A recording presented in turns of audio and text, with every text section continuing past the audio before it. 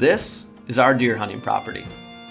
It's about 400 acres in northwest Wisconsin. It's mixed hardwoods and agricultural fields that my buddy Josh Dahlke and I lease from a dairy farmer. And this is just about perfect whitetail habitat. But that doesn't mean that the hunting here is easy.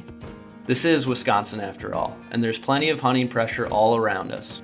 There's also early season goose hunters who use this land. The deer thrive here because they've adapted to avoid human intrusion, which on a working farm, there's plenty of. So our hunt starts well before opening day. We're working on hanging trail cameras and tree stands, scouting for deer sign, and glassing fields in the evening. We're doing everything we can to pattern these deer before the season starts. And the plan is to punch a tag or two in the first few weeks of bow season before heavy hunting pressure really kicks in. These are the tactics we'll use to play the early game. Hopefully you can learn from our successes, but also from our mistakes. All right, so we've just been working on hanging some tree stands today, checking trail cameras, and one of the trail camera locations that we established several weeks ago is right here on this spot where we have located somewhere in the neighborhood of 8 to 10 different bucks that are using this area. And to give you an idea of this area and why so many deer would be using it, well, it's because it has everything. Behind us, we've got bedding cover and we've got a stream rolling through, so they've got a water source. But where we're standing right now is an alfalfa field. And then just right over here in the distance, only about 60 yards, you've got soybeans. And then on the other side, you've got some standing corn. And this spot that we chose right here was a little bit challenging because there aren't a lot of great tree stand trees. So Alex pulled out his wizardry with the tree stand hanging and improvised. There's a lot of trees. There's just not a lot of good trees good for putting a stand in. But one that I just couldn't get my eye off of was this big oak right back here that you can see over our shoulder. You can probably maybe see the stand back there, but it's pretty dang hidden, and that's what I like about it so much, is big old oaks like that. They just have so many branches coming off of them. The main stem is split, so it really hides your profile. The other good thing about it is that you can see this whole area from up there. So that's key for early in the season. Like, we know the deer are coming out here, but we don't know exactly where they're going. So even if we don't end up killing them out of that stand, it's going to be a perfect spot for like observation. You know, if they end up coming up down there, you're going to be able to see them, and we can move, we can adjust, we can put a stand down there. So I really like this for opening day. The biggest thing for us hanging all these stands today, like it's hot, we're tired, we're going through it, is using these safety systems. I'm wearing a tree saddle, which actually has a lineman's rope here, and this just goes around the tree and it keeps you connected to the tree. So then, you know, as you climb up, you just kind of lift this rope up as you go, and then these two carabiners clip in to your harness, and you can always use two hands for hanging a ladder, hanging a stand. You never have to be like holding onto the tree and trying to attach something. This holds you to the tree, and that keeps you safe. So given that we're trying to kill a couple of whitetails earlier in the season this year, one thing that we're going to take a more serious look at is water sources. There are only a couple of water sources on this property. There's a stream and a little bit bigger river on one side of the property where they can definitely get water, but a few of the other spots, all there are is a few small ponds, and this is one of those spots. Now this ridge up here, I killed a buck last year during the rut. It's a super heavy travel corridor. There's a lot of deer activity in this woods year round. Given the sign that we've seen, it's pretty obvious that the deer use this woods a lot. So what we're going to do is we're going to scout an area here around the pond, hang a trail camera, and we're just going to go by our gut and hang a tree stand today as well, because we're running out of time and we want to make sure we have our sets hung well in advance of the season. So we're setting a ton of trail cameras today, but one thing that we do, well, we do the same process with all the cameras we set. On field edges, we've been using these stakes, which I just screwed a piece of wood into, so you don't have to like worry about trying to find a tree. Just put it right on the edge of the field and cover whatever you want to. And then obviously we're trimming all the grass around it, focus on stuff in front of the camera, but also behind it, because if any brush kind of blows in the wind and gets in front of the camera, it will trigger it, and then you'll just end up with 100 pictures of grass. So the other important thing is perfecting the angle and height of what the camera is.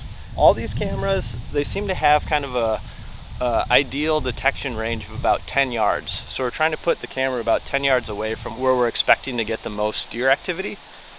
And then we're angling them so that at that 10-yard point, they're about waist high.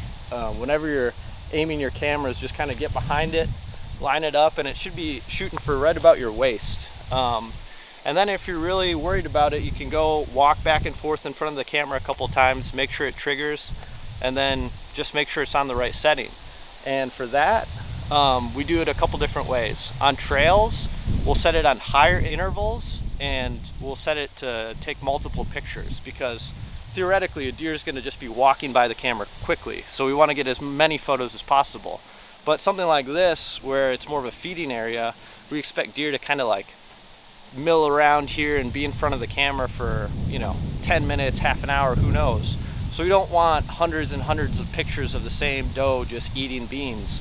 So for that, we'll set it to single photos on slower intervals.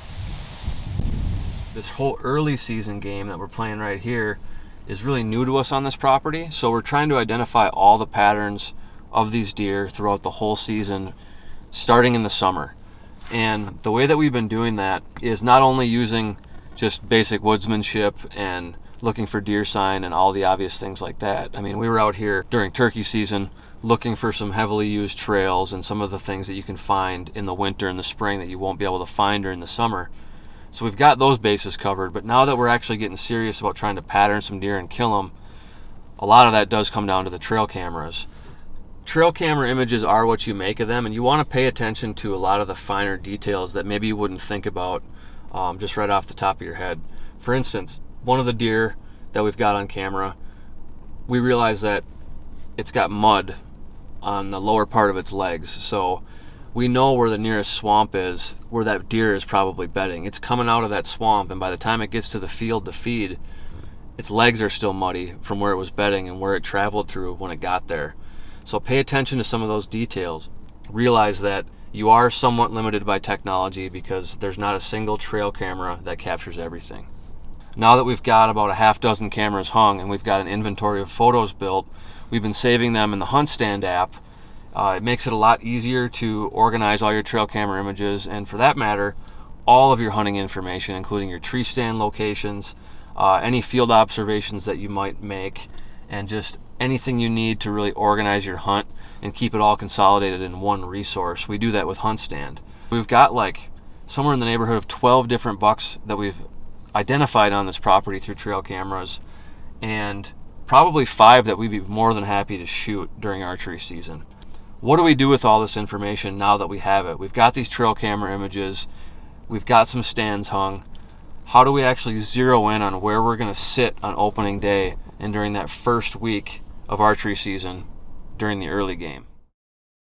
One of the focal points that we are going to focus on when it comes to narrowing down our strategy now is trying to identify bucks that are clearly covering a lot of ground, or even just enough ground to show up on 2 different camera sites.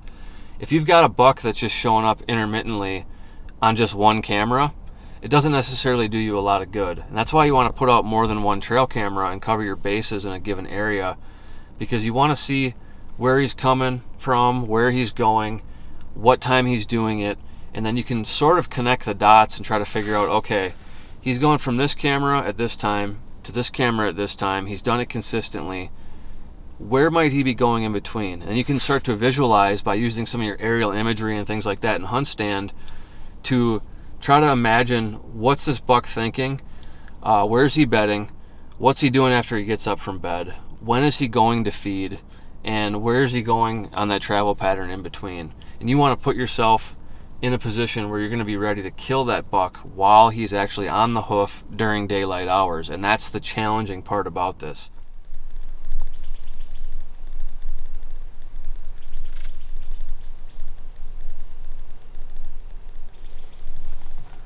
Mission accomplished, Robinson.